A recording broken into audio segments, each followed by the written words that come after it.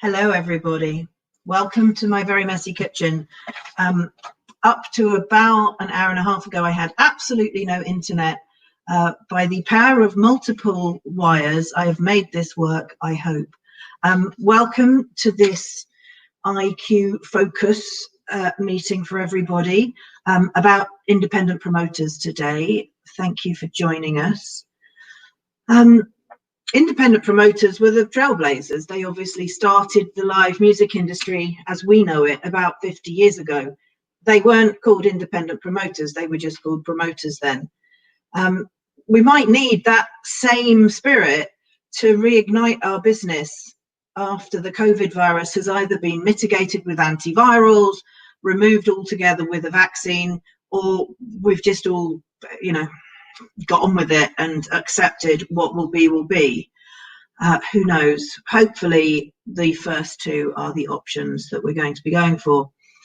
So independent promoters, that's promoters that are not part of big multinational companies, around the world are facing their own unique set of challenges, with different governments presenting different options for opening and timing, all of the different furloughing schemes, what they're doing, what they're not doing. So alignment in respect of international touring seems really a far off possibility at the moment. And even local gigs for local artists are being made untenable with the use of social distancing. And I'm sure we'll get onto that a little bit later. Every sector of the business has been affected, from stagehands up to the world-class stadium artists, and we're quickly learning that this temporary halt to the booking process can have catastrophic effects to our industry. I mean, it's not that it can, it is having catastrophic effects to our industry. Staff layoffs, cancelled tours, labels, I think, realising how important touring is to everybody and pushing back album releases and single releases because they don't have the promo that we give them. Crippling drops in revenue across the board. Venues, promoters, agents, artists, managers, crew guys, caterers, trucking, staging, you name it, the money stopped. So on the panel today, we're going to look to find out how some of these promoters have been coping with the lockdown, what measures they've put in place to shore up their businesses, and whether they've been able to diversify to be able to operate in what is very much a new normal. We're representing countries from Argentina to India, and we're hoping to present a global perspective as well as sharing inspiration and ideas as to how to get the business back on its feet. So yeah, fingers crossed. If you have any questions, comments, only nice ones, please. Feel free to use the comment section, and if we can, we will try and cover anything that comes up. So first of all, I just want to introduce the panel and find out really what they're doing, the level they work at, and probably sum up the last 100 or so days. So let's start with Munbir if we can. Munbir Chawla, please take the floor. Thanks, Emma. Hey everyone, I'm Munbir Chawla. I'm based in New Delhi, or usually based in New Delhi. I'm actually in Somerset, UK. And I run something called The Wild City, which is sort of a 360 music agency, at the core of which is a music magazine, an online music magazine, which is thewildcity.com. We also do a lot of work for brands who are looking to interact with youth culture through music, and of course our promoters. So we do everything from kind of small scale club nights right through to medium scale shows, conferences, workshops, talks, and our largest event is a festival which happens every December called Magnetic Fields Festival. The last 100 or so days have been pretty challenging. I think, like everyone else in this panel, every event that we had planned for, at least speaking for myself, up until the end of the year has been cancelled. And at large, the industry in India has completely flatlined. All the festivals are, there's a big sort of looming question mark over all the festivals. Clubs and restaurants are shut, venues are shut. So like everyone, we're navigating this online space. We've been doing some talks like this, moving into more education-based online events, doing some live streams, and treading carefully into this online space while everyone sort of does the same. Great, thank you. Let's jump to David Messer.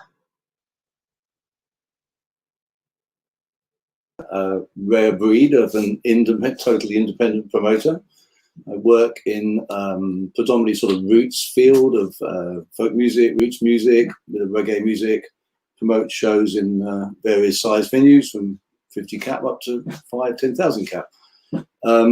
Obviously, like Munbir was saying, we're all facing very similar challenges in this situation. My last, I sort of instigated this panel actually because I was really interested to see how independents were coping and how they're going to try and cope and finance their situation. The last 100 days has been obviously like everybody else's, like cancelled, moved, cancelled, moved, cancelled, moved, a lot of shows like we all did. And then I think it went into a bit of a lull, to be fair. Sort of once that was done, it came to be sort of like, actually, what am I going to do here? And almost stopped until about a few weeks ago and started to look at different options, think about what we can do, how we're going to finance it. I'm a limited company, so I'm a limited company director. So obviously no government help there. Very small amounts of self-furlough. I'm not supposed to be working, essentially. I looked at the idea of bounce back loans from the government to think about financing the business for next year, which is obviously another conversation. But and so basically looking at what we can do. And it's difficult. We're booking shows for next year, but obviously none of us know if they're even going to happen. So obviously I'm sure we all have that same problem. So I'm sort of in a bit of a flux, I suppose, as to how things will progress. As a totally independent without big finance, have to think about at the end of the year how things will look. So that's basically where I'm at the moment. Brilliant, thanks, David. Melanie from Argentina, can you give us a bit of an update on what you've been up to? Okay, so my name is Melanie. I'm a talent booker at Move Concerts Argentina. We promote concerts. We have a ticketing company and a management division. For the past month, what we have done mainly is doing our carpentry, like putting our stuff in order, working on build sheets, about other build sheets, about previous build sheets. Just like we focused on the past to know how to move forward then. And we developed different ideas. We shared a lot of creative inputs from the team. So it has been mainly about that. Great. Great. I think I'm going to go around everyone so everyone gets to know who's on, and then we'll maybe go into some of this in a bit more detail. Roman, some of you may have been expecting to see Ben from Karsten, Jahnke. Roman will fill us in on exactly where Ben is because it's a glorious story, and then give us a bit of info as to what he and Karsten Jahnke's business have been doing. Hey everybody, I'm Roman from Karsten, Jahnke. I have the tour department and I'm replacing my boss Ben, who is stuck at the Mediterranean on a boat where the engine broke down and they haven't been able to fix the engine for 3 hours now. So I got, with a 30-minute notice, I jumped in. So here we are. Well, I think we are in the situation as everybody else is. I mean, if we started out with, oh, this is happening, so we have to cancel or postpone a couple of things, to, oh, this is going on for longer than we hoped for, to, when is this going to end? So we've been canceling and rescheduling our shows locally, as well as our tour shows, because we promote locally in Hamburg, as well as all over Germany. And now we're in the situation where we've recently, or not recently, but came up with ideas of drive-in shows. We put on the only drive-in shows in Hamburg at the moment. We do like picnic concerts at Stadtpark, which has a 4,000 capacity that is now reduced to roughly below 1,000 with camping chairs. So these are the things we've been up to so far, like developing ideas how this can go on, while at the same time knowing that this is not a sustainable way of putting on like shows at all. So this is where we're at the moment. Interesting, thank you. And Anton, let's give us an update from your perspective and a little bit of an idea what you've been up to. Thanks, Emma.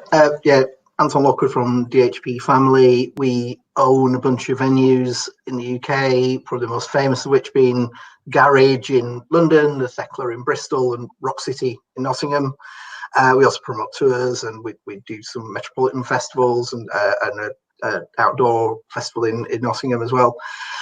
Like everyone else, we've furloughed all our staff, so we're all or as many as we can, and we're working like crazy, getting avails for shows that we don't know if they're going to happen, which is pretty depressing, I guess.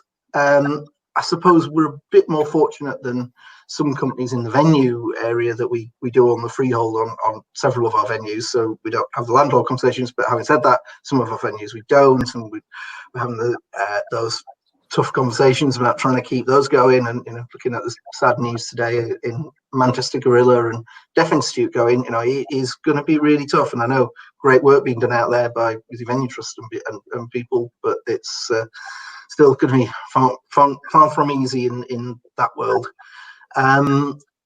As to other things we're doing, we haven't gone down the drive-in route. We are working on using some outdoor sort of distance, 300 or 400 capacity type things, and we've turned Rock City's car park into a bar, which is nice that we're selling a few beers, but pretty sad when it should be full of fly-by-night trucks and buses.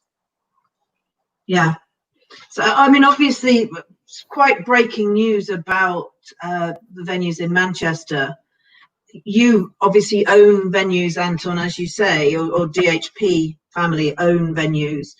Are you finding help at the moment from government in the UK? What's going on? How do you see that going? And what are your concerns moving forward?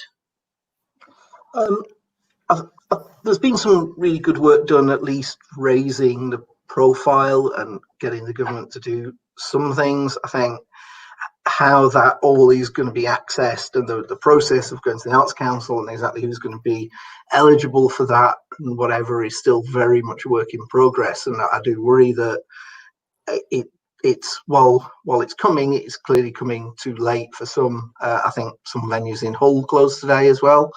And it's going to be what sounds like potentially quite a cumbersome process going.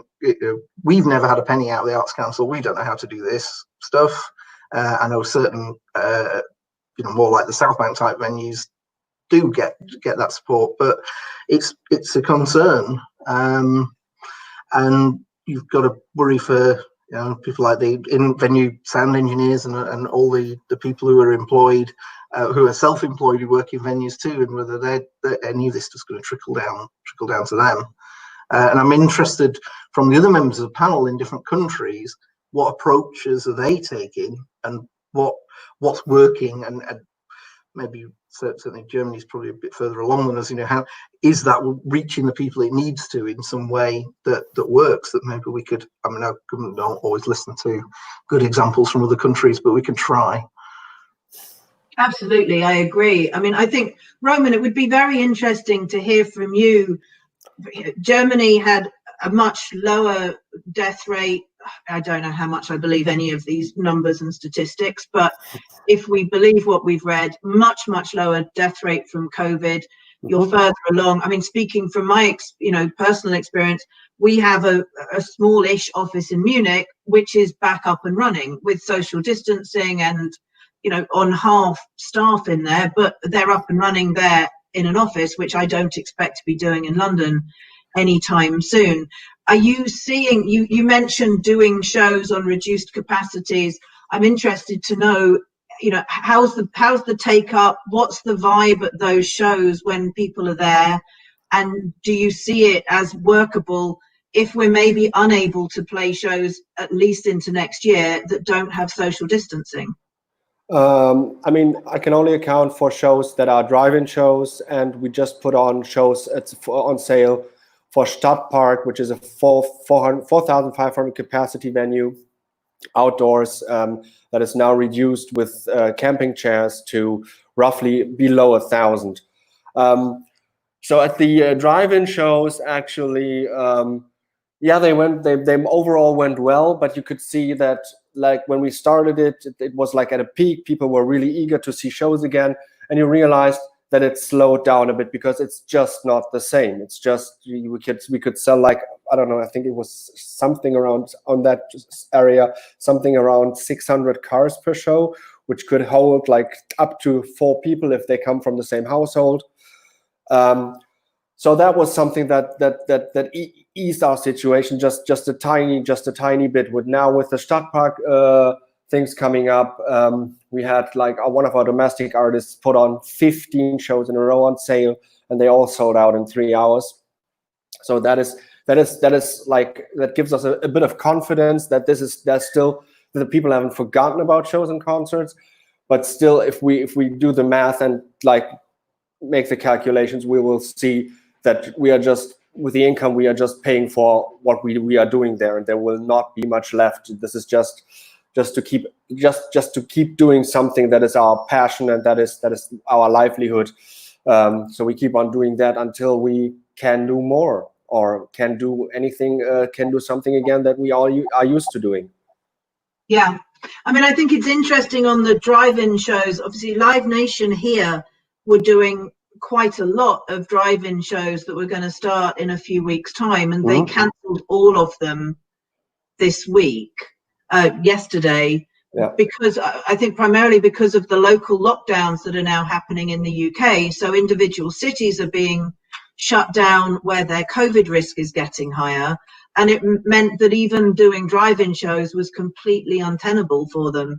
So, you know, clearly exceedingly disappointing that we're having to refund even those tickets, which is, you know, not good news for anybody. You know, there's not going to be any argument that people will get their refund, I think, very quickly. But even something that we thought was pretty safe seems to not be so safe to go ahead with. So we'll see. There's other drive-in shows in the UK. Germany, obviously, I think started them. Because the first drive-in shows in Germany were in about April, weren't they, with some DJs? Yeah, I think it was, I want to say it was Hanover. I'm not too sure. I think they were in Hanover and they started the whole thing. And then like other cities, like especially way smaller markets, not the like Munichs or Hamburgs or Berlins, but way smaller markets started it. And there's only a couple of artists you can do this with. They need like a certain kind of radio output still. They need a certain kind of popularity. It needs to be a certain kind of music. You cannot do this with a rock or metal act, because this just lacks what everything that a rock or metal show is all about. Yeah. Munbir, I'm interested as to what's going on in India, as to whether there are any, you know, drive-in shows, stuff like that. And also, you said you work across brands as well as a promoter. And I think everyone would be interested to hear whether you're finding that brands are looking at doing more because there are less shows. Has that given you any other business? Anything exciting from that perspective? Sure. We're in touch with a lot of our key partners and the brands that we usually do work with, but it's actually the opposite. I think when this all started 3 odd months ago, there was a bit of uncertainty as to how long this would last. So brands were more open to spending money, you know, in digital content and content online. That made sense at the time. But 3 months later, brands are now realizing that they're in for the long haul, and a lot of these brands are not also shifting products. So the spending is now being transferred. The culture marketing spend that they would usually have for partnerships with festivals or gigs or things like that are now being put back into market the product. So that also is a big issue for the scene at large in India, because I think unlike a lot of other scenes around the world, the Indian scene at the moment is pretty reliant on brands, especially for the larger shows and the larger touring acts. And with the brands spending less money, that also means that that will also affect shows moving forward and the scale at which they happen. In India, when do you are there any shows happening at all at the moment? Just give us an idea of the scale of lockdown. Is anything locally happening? What's your timeline, or what do you expect? Well, a typical season for us is October to March. It's actually quite hot in most of the key cities at the moment in India. So and that feels quite far away at the moment. But word on the street is that venues will start opening up in around October to March. But as of now, all venues are shut. No gigs are happening. A lot of medium-scaled events in India also happen in restaurants.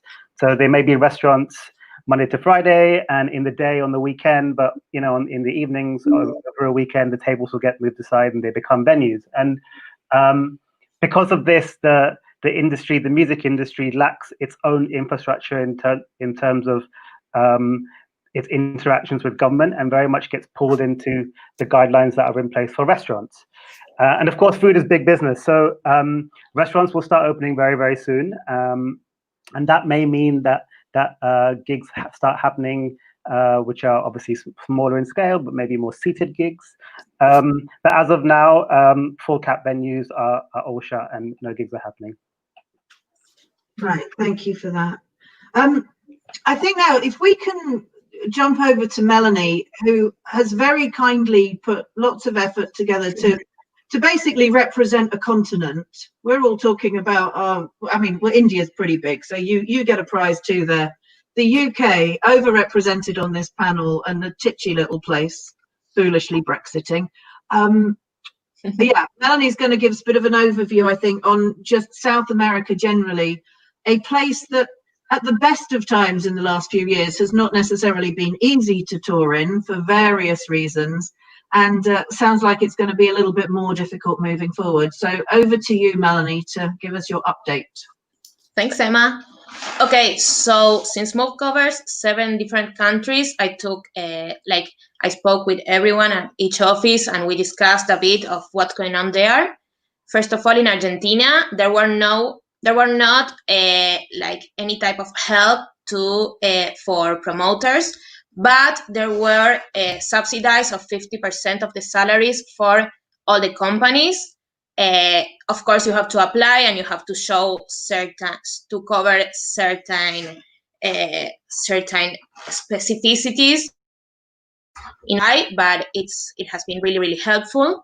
Also, we got some low rate loans, but we are not available either to invest or to buy foreign currency. As many of you know, foreign currency in Argentina fluctuates a lot.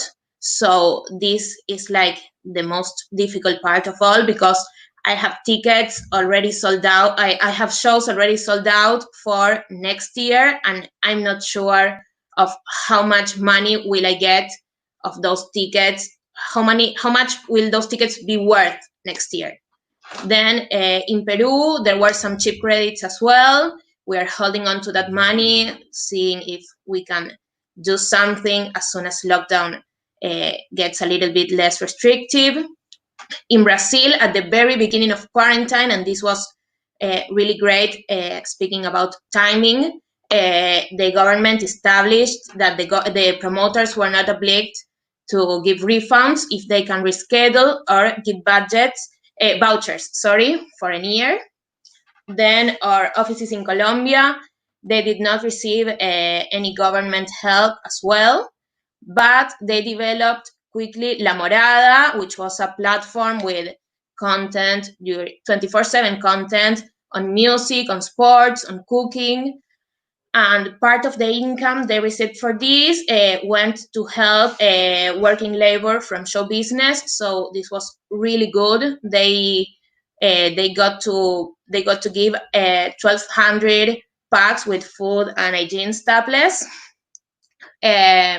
Puerto Rico, we had a drive-in last week with Pedro Capó, the singer of a really, really well-known Latin song.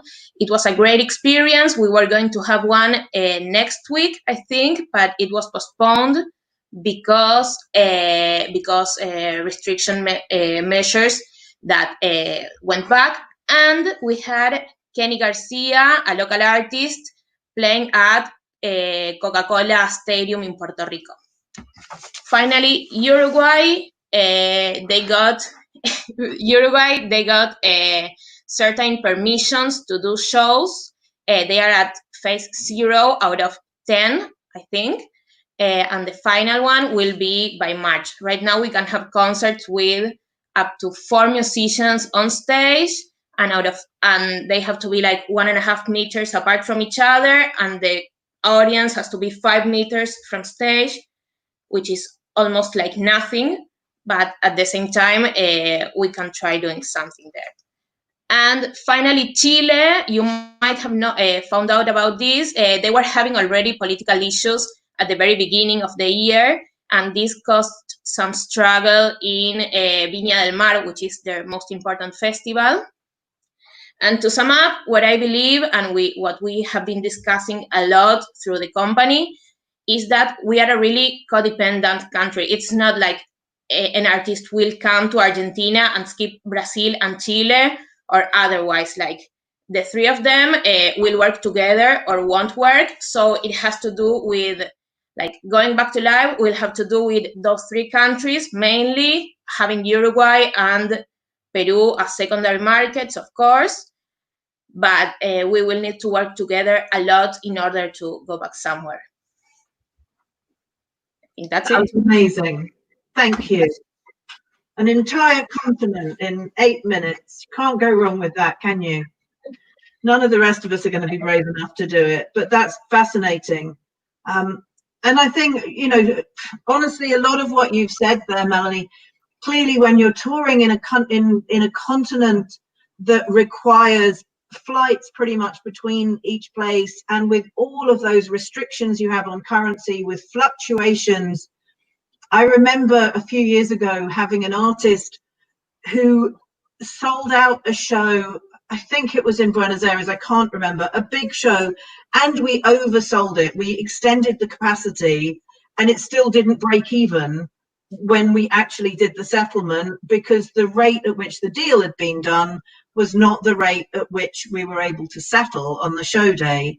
And you try explaining that to a manager. It was torture. It's torture, actually. It's really, really hard. And since, for example, right now we are not allowed to buy foreign currency, so I don't know how much money will a ticket be worth by the time the show arises. So it's having this issue again and again. Just as an example, I began working at Move Concerts 3 years ago with an exchange rate of 18, and right now my bid sheets are about 75 pesos. So it's huge increase in the exchange rate, and we never know. It's like really, really hard to predict it in certain ways. Well, so long as Phil and all the guys that Move aren't paying you on those kind of things, you'll be all right. Stick with the local currency. That's really interesting. I mean, I think we're going to see it, looking at touring generally, that if you can't have a tour that makes sense, if we have, what we sometimes refer to as Swiss cheese touring, where you suddenly have holes in it, what we saw at the start of the lockdown process, with certain places still maintaining shows and others falling apart, is that quite quickly the whole tour doesn't work. If you're doing a tour of Europe, if you're doing a tour of America, wherever you're touring, a real problem. I mean, I'm interested, David, we'll start with you. What, me? I am filling in that crossword. What are your thoughts just about touring? Are you, when you're looking at the shows that you're booking, trying to focus on more domestic talent? Are you more concerned when you're looking at overseas artists, or artists that require an entire tour to work before they can play? Because certainly that's something that I'm considering as I'm booking stuff. I mean, just when you were saying that, I was thinking exactly the same. And I've chatted to a few other agents about this issue of, obviously the tour has to work across a whole tour, otherwise maybe a lot of these artists cannot afford to come here. And I find for myself, I work with a lot of US artists, and obviously I was talking to US agents, and a lot of those artists are just going to work in their own countries. They can't, without knowing whether they can complete a tour through the whole of Europe or whatever, they probably can't afford to come here, and they can't even guarantee they're going to have an anchor date in a festival or whatever. And I find it's one of the issues I'm finding, I think I'm sure other people are finding this, is that because so many things have moved into later next year, venues are obviously fully booked already. I mean, you know, Union Chapel and these different sort of various venues are actually fully booked in November next year. So, and we're trying to sort of hold dates and put things on, but then it's very hard to know what you can book, because obviously you need to try and get the date, but they're going really quickly. But at the same time, you can't book artists. So the question about maybe it does have to be UK artists, maybe we have no real choice, and that's difficult as well. And I think the other issue is the capacity issue, isn't it? I mean, most of the venues I speak to, and Anton can probably answer this even more, is they're just not prepared to open until they can actually do full capacity. So, I mean, I wonder whether we even think we can do a show if we haven't got full capacity. Is it financially viable? You know, can artists tour? These questions about life. That touring question must also affect festivals, I presume. So how does an artist book a headline slot on a festival if they can't maybe have a tour to support coming here? Be interested to hear people's views on that, I must admit. Yeah, I think it's really hard. I mean, to be honest, with what you've just said about venues being overbooked already, you know, quite clearly as well, when some rooms are going to be closing down, if there are probably lots of people out there that have got the Deaf Institute Gorilla on their tour schedule right now, yeah, for whenever it might be, now wondering whether that tour schedule works anymore. You know, will somebody be able to get the venue back on its feet? Is that it gone forever? I'm assuming nobody knows at this point in time, but that's going to be a very real concern, because in places that have, you know, more than one venue and a fantastic music scene, the way you have that is because you've got lots of rooms playing. And if we get to the point where there's 2 venues in Manchester and 1 venue in Bristol, acts aren't going to be able to tour because there will be no availability. And Anton, do you want to come in on that a bit? You're booking stuff in, but you don't know whether that venue will be there. I mean, yeah, it's really, really difficult. And obviously we're all in the same situation. I don't know how you feel about it, Anton, being a venue owner, but it's really, really difficult to know. And it makes the job very hard to look into the future, isn't it? Because you can't, obviously we haven't got a crystal ball, but what do you do? Sorry, Anton.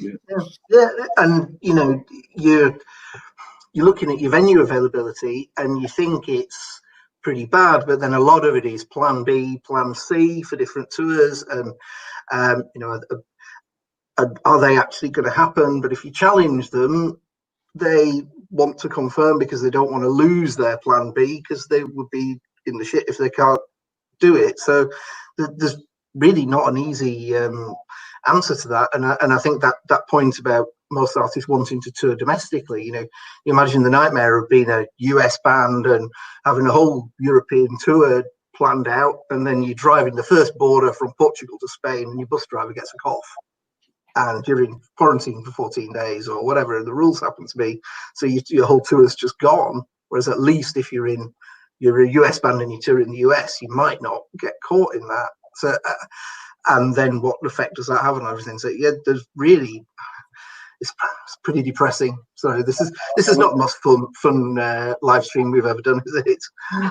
And I doubt insurance is possible now. I would imagine you won't be able to insure any of this stuff, so you're going to be left out on a limb, risking all the money. Any promoter will be on the limb with that, I presume.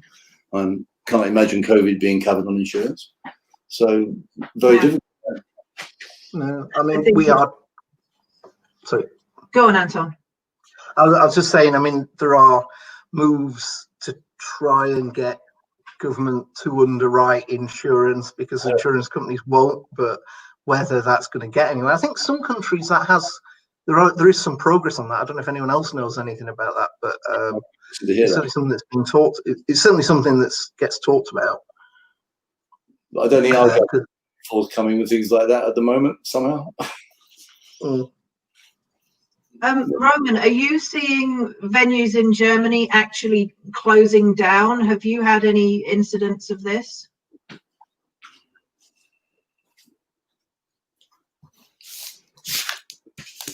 Like when venues promote themselves, that just stick to like corporate events right now, that decided that they can no longer sustain like the cultural work to build up artists, to make room for art, as music is being part of the arts. There's been a couple of venues that have said that, but so far not as many as I had feared. And I think, I mean, if I look at 2021 and the things we are trying to plot for 2021 in Germany, like especially in the A markets of Hamburg, Berlin, Cologne, and Munich, there is a beacon of hope for them, at least for the venues, because when this is all going to happen, what I got in my inbox, what all my colleagues got in their inboxes, then they're going to have a lot to do at the venues. They're going to be like at full capacity, I assume. They just need to hold on until then, and nobody knows when then is going to be. So that is the sole problem here. I think we've all read quite a lot about the German government putting quite a lot of money into the arts sector. Do you know how that's being spent, and does that impact on commercial music for you and these venues? Or is it, I think the worry about the package that's being talked about in the UK is that potentially, because it's across arts and culture, those that historically have been funded by government or given grants, whatever, so museums and opera and ballet and all those things are going to shout the loudest and get the most. Yeah. And we, the sector that have always generated money for the chancellor or whoever it might be in whichever country, and I think we speak across the board that music is not, apart from sometimes in Belgium, it is really not underwritten by government. What do you see happening with that? Because clearly it's even more important for independent promoters than for the multinationals, maybe, who have, got shareholders that are going to have to weather the storm, or, big money owners who are also very, very diversified. I mean, we can in Germany, we can apply for some help from governments and states and cities, but that is not particularly a help for being in the live industry, for a company that is in the live industry, but just for me being a company that is there and is struggling at the moment. You can apply for some money that helps you out over time. We have applied for a government program that helps the company with keep on paying the salaries of the employees, but there's not that much directed at the entertainment part of the live industry. I mean, what you were talking about, the operas, like the concert halls and classic concert venues, they are well off because they are basically almost every time they are owned by the cities or so they are fine, but there's no special program for people working in the entertainment industry like we do. Right, got it. Munbir, when you're talking to agents, artists, are you seeing people excited about trying to come to India, or is everybody very nervous that you're talking to? Are you struggling to get bookings at the moment?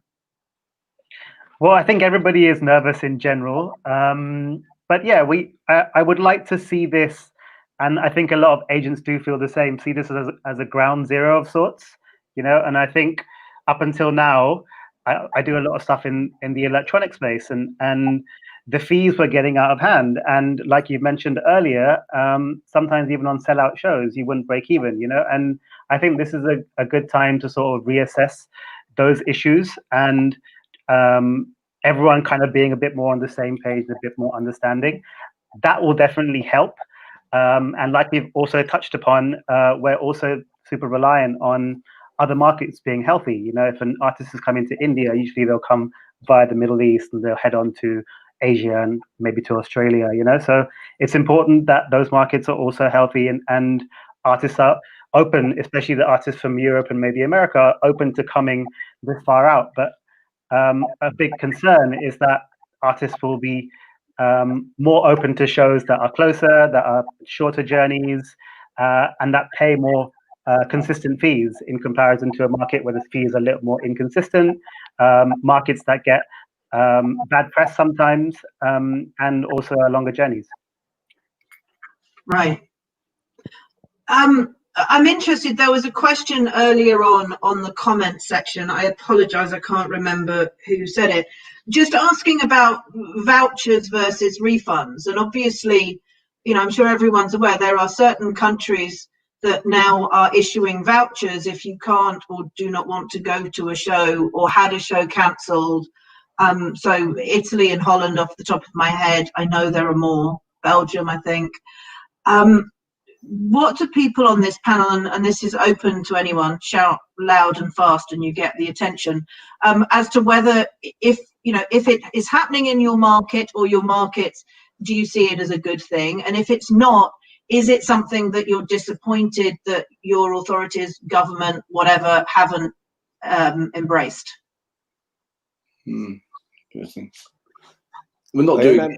Sorry, go on. I mean, we have like a voucher system in place in Germany, but it's a bit tricky because it somehow, in handling this, it conflicts a bit with with the customer protection laws in Germany in general, because after you like changed your ticket for a cancelled show into a voucher, not for money, you can keep this voucher until I think 5 years out, and then can make it into money, because that's how long like the customer protection rules in Germany allow you to give back what you bought. The other thing is you need to keep in mind in whose realm the voucher is working, because we have the local promoter system or the venue who's the seller of the ticket. So is it when the promoter sells the ticket and who he promotes shows for, I don't know, a lot of different touring agencies in Germany, it can only be for shows that the local promoter puts on, or can it be for shows that the touring agency puts on? So there's a whole lot of that. It's rather complicated in Germany, the handling of the voucher system. Yeah. And David or Anton, because obviously we don't have a voucher system in the UK, I think it would be very difficult because of the amount of promoters and ticketing companies. But has it impacted on you badly, the refunds? Bearing in mind that officially the money isn't really the promoters until the show has played, and if the show hasn't played, the money wasn't yours in the first place. So you're not refunding your money, you're just giving back the money that was given on trust. Maybe. Depends what a ticket is, doesn't it? Interestingly, I don't know about Anton, but I've found that actually people aren't taking a lot of refunds. It's been quite interesting. We've given back a very small percentage. A lot of people are holding on to their tickets and actually still buying tickets for shows that have moved for next year. So I think the customers have actually been surprisingly supportive of the tickets they've got. I don't know how. I was chatting to a ticket agency the other day, and they reckon they want about 10% refunds, which I thought was actually pretty good. How about you, Anton? How are you finding that?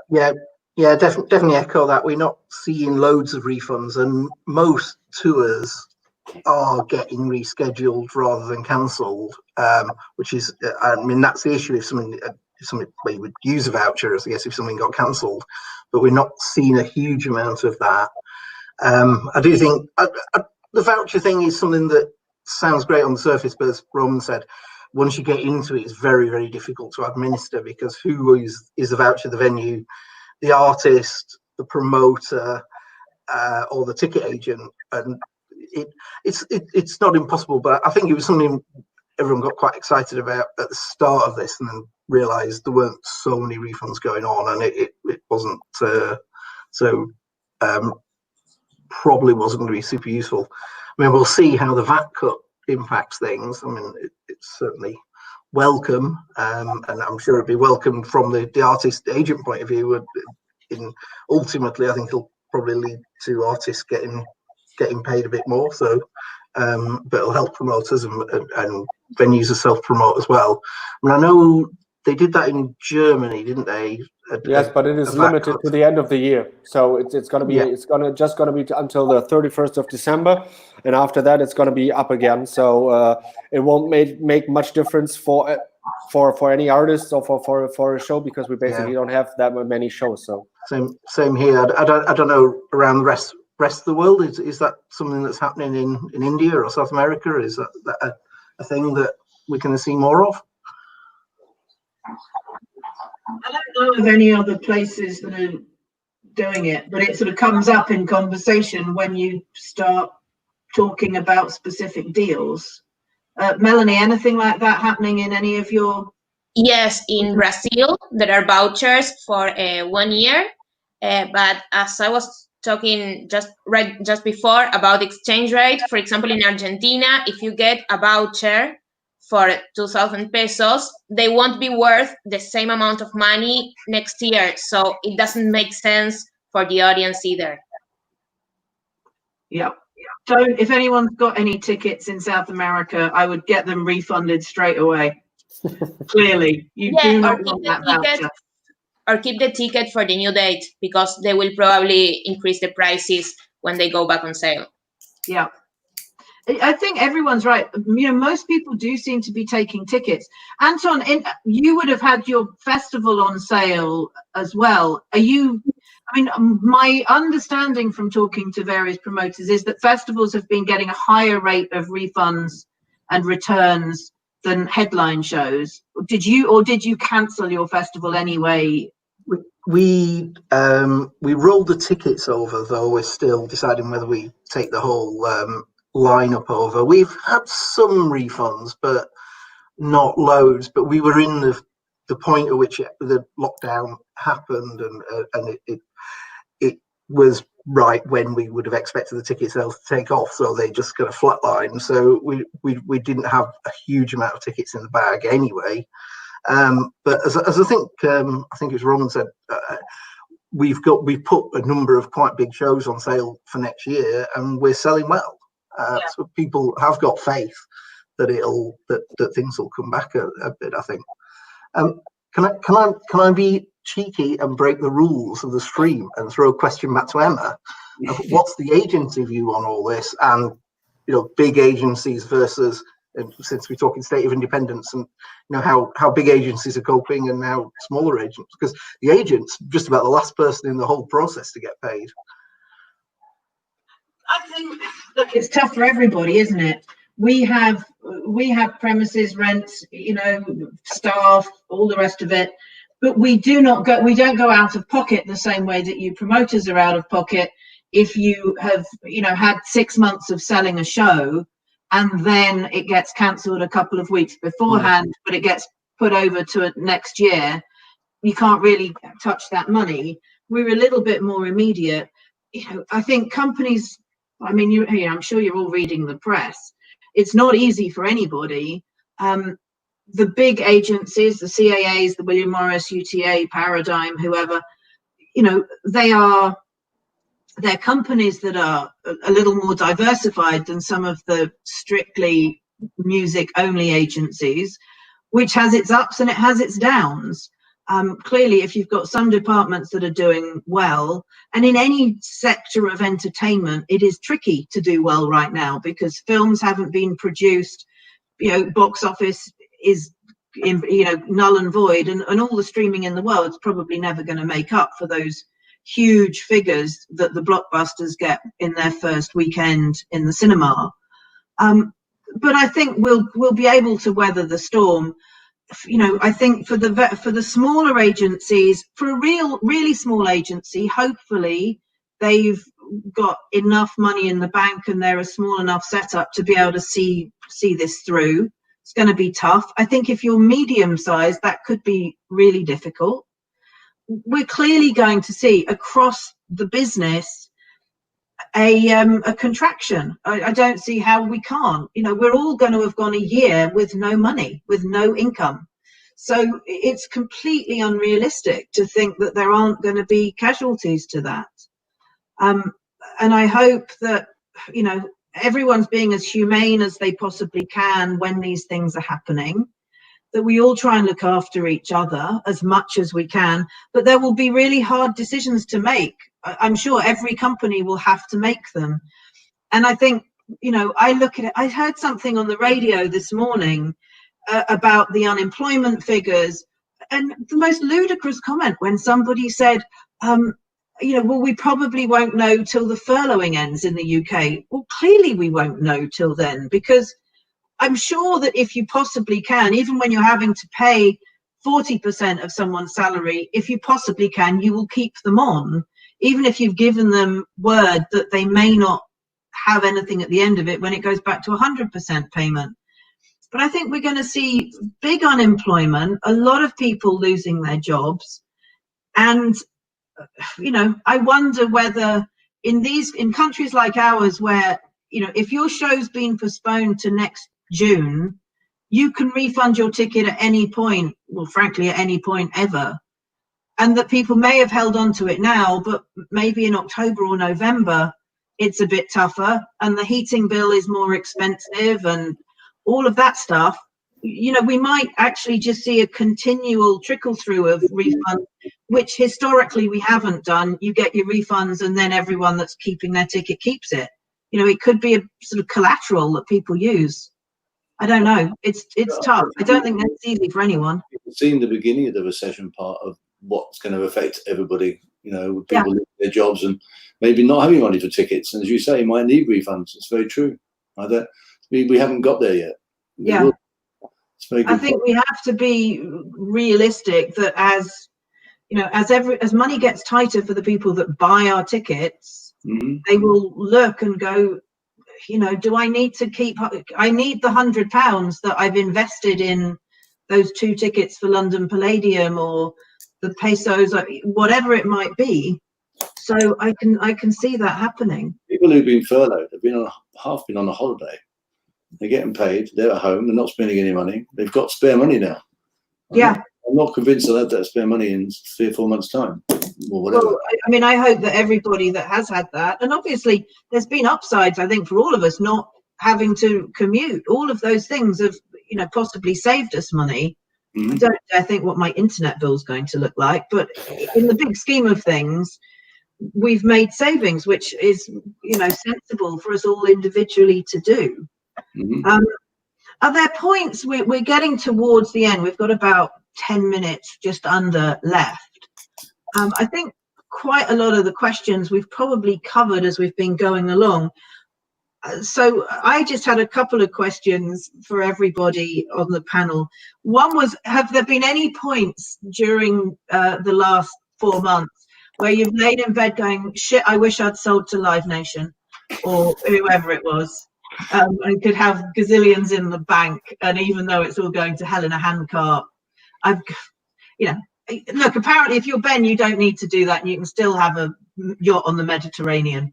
But slightly flippant comment, but any moments like that, or are you still all proud to be independent, doing your own course?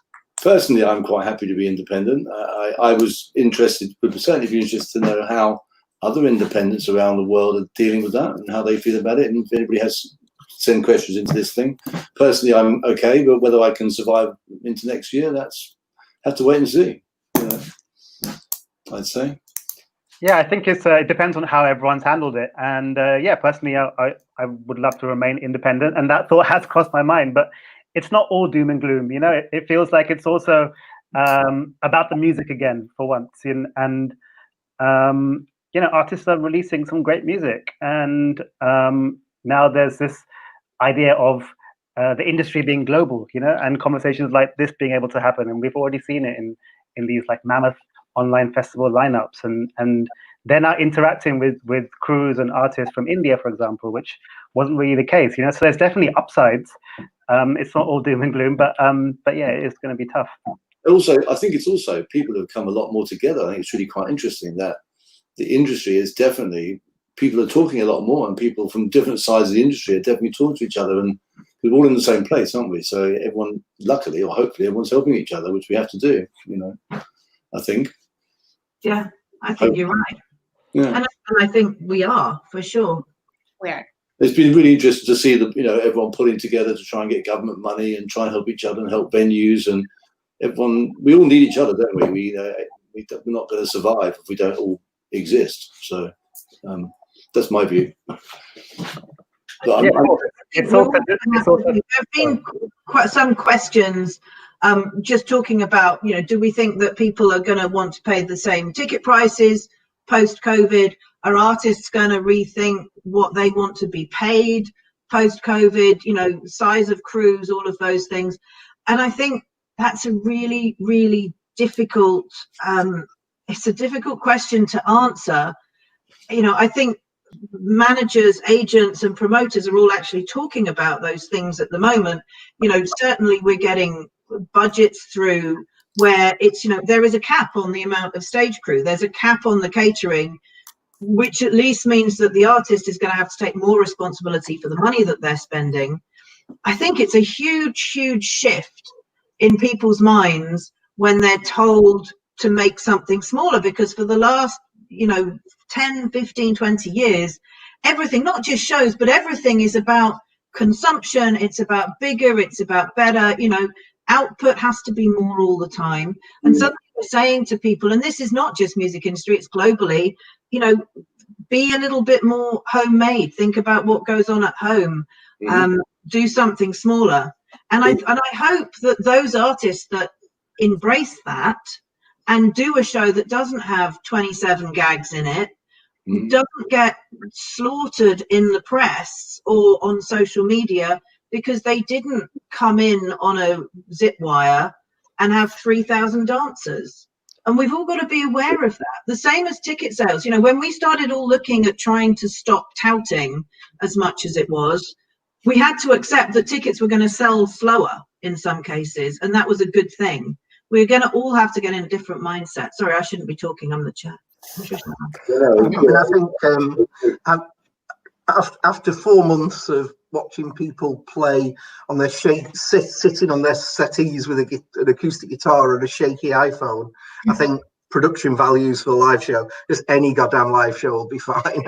I think you're right there. Yeah, that's a really good point. And I think things will become smaller and perhaps, you know, more innovative again and not so showy, and the costs will have to come down because they have no choice.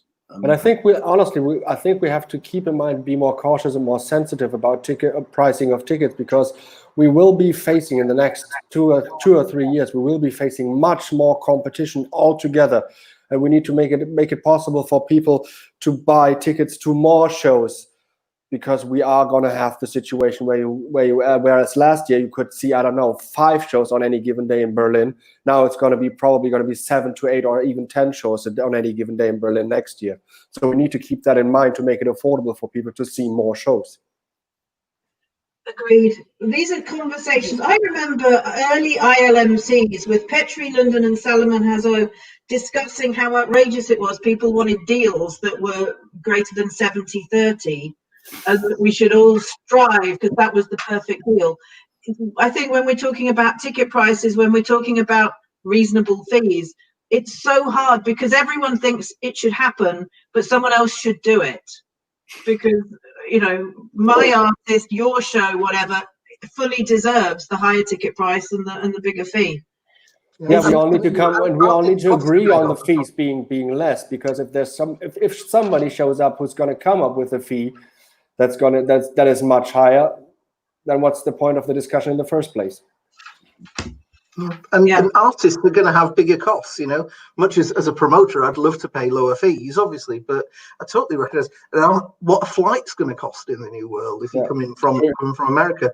What's crew going to cost when people feel that they're maybe putting themselves more at risk by going out traveling? And also, when we get to open venues, what's it going to cost for cleaning and disinfecting and massive costs on shows? I mean, disinfectant foggers and thermometers and God knows what else. All right, enough.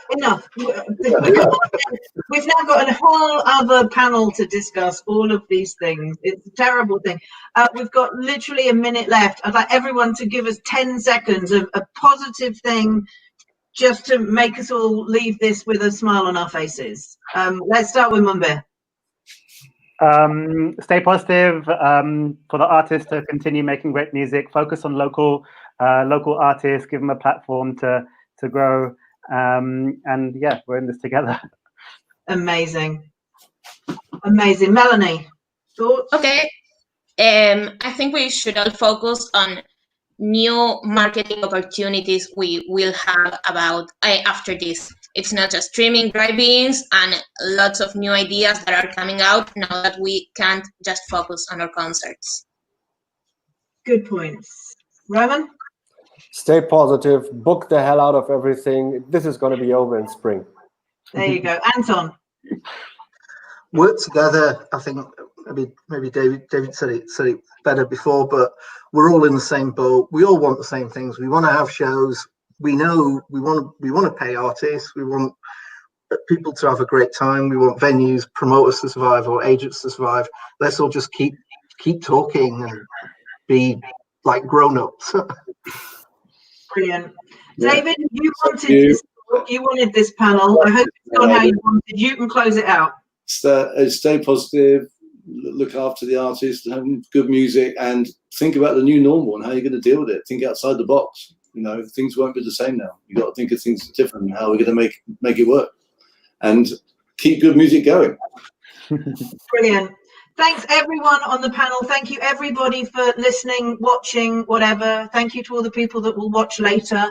And yeah, looking forward to the next one of these, whenever that may be. Next week, I assume. So yeah, take care everybody. Stay safe, and let's see you all again. Thanks, Emma. Bye-bye. Bye. Thanks.